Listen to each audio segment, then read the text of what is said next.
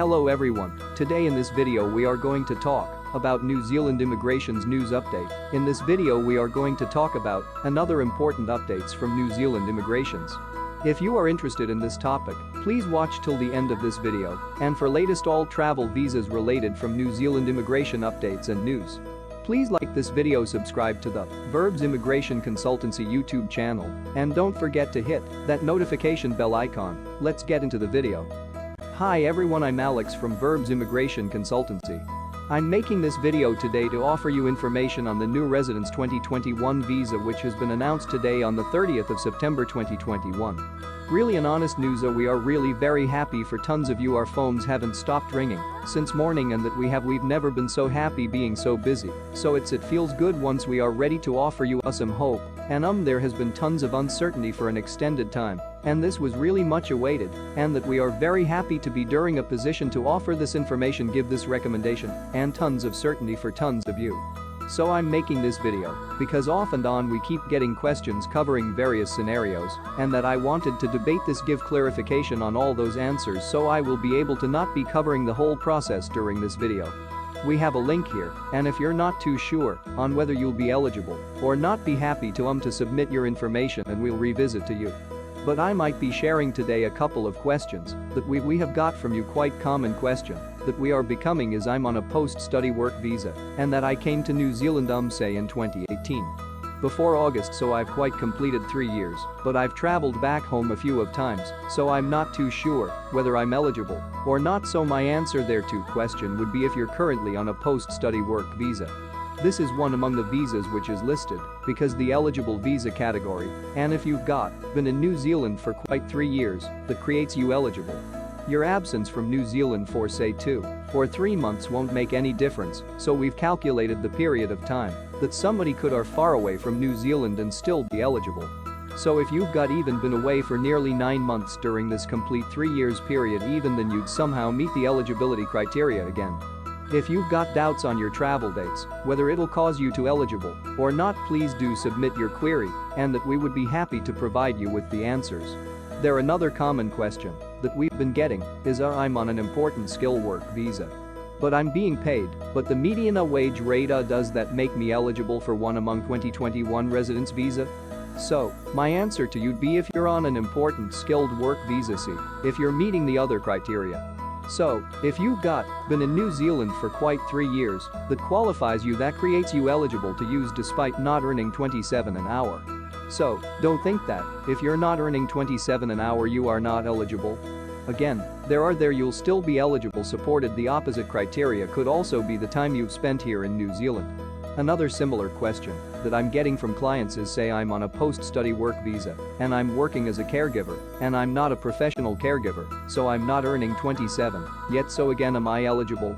So I might say again yes, you'll meet the eligibility criteria because you're on one among the approved or eligible visa categories. You are running on a post-study work visa. You've not been here for 3 years, doesn't matter. You are not earning $27 an hour, doesn't matter. But you're meeting the third criteria that's listed there, meaning your job is on one among those cares list and caregivers are listed in there. So if you're working as a caregiver not earning $27 an hour, perfectly fine, you continue to may qualify. Any doubts, please be happy to submit your inquiry and we'll be happy to supply answers. Another quite common question that we are becoming is I'm on and say work to residence visa and I've been here for quite 3 years, yet meeting the salary requirement every criteria, and that I know I'm eligible to use for offer this residence visa, but I even have been married and my wife remains offshore. How do I confirm I can include my partner during this application? So again, I might say here is that the announcement that has been made and does confirm that if you're eligible you'll include your partner within the same application once you apply for residence visa, but again there would be more clarification that's awaited thereon.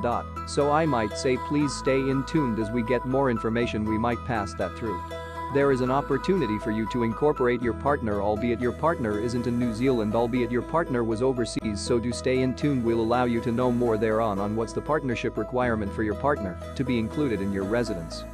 When you are eligible, another common question that we are getting is that I'm on a post-study work visa, I am earning more than 27 an hour, but I am not working full-time, I am on a casual contract And there are people who are conveying that we are on a contractual agreement self-employed. What is the requirement in there? So I would say to all those clients in a similar situation is that, please hold on for some more time. We await the instructions to be released, and that will give us more information on what is further requirements to confirm whether you are meeting the criteria. If you are on a 27 will working on a contractual agreement qualify you, so we would be in a position to give more information on that spaces and when the instructions are finalized. I would say please stay in touch. Feel free to submit your inquiry and we'll make sure that we get back to you on the same. Another very common question that we are getting is that I am on a partnership-based visa, so my partner was the main applicant. When we came to New Zealand, my partner came to study. And I was on a partnership-based visa. Now my partner is on a post-study work visa and I am on a partnership-based work visa. Unfortunately, my partner is not meeting the criteria to be the main applicant, so we have not been in New Zealand for 3 years. My partner is not getting $27 an hour. My partner is not working in one of those occupations listed in the skills list. At the same time, I am meeting most of those criteria. I'm earning more than 27 an hour, or my job is listed there, but my work visa type is not listed as one of the eligible visas. So what happens if the main applicant is not eligible? Can one on a partnership-based visa still apply? So I would convey there is, please hold on that question for some time. We do realize that partnership-based visa has not been listed in the eligible work visa category zone, and we're kind of seeking more clarity on that. We are waiting for the instructions to be released. So, we would be in a position to offer more clarity on that as information comes through.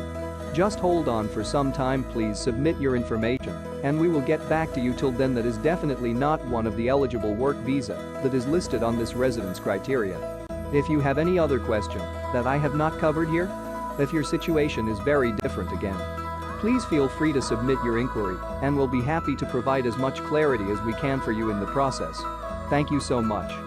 Our video ends here. Thank you for your continued interest in Verbs New Zealand immigration news, and please make sure you are subscribed to our channel to keep up to date with new updates announced by the New Zealand Department of Immigrations. Visit here for all travel visas related from New Zealand immigration news. Thank you and visit again.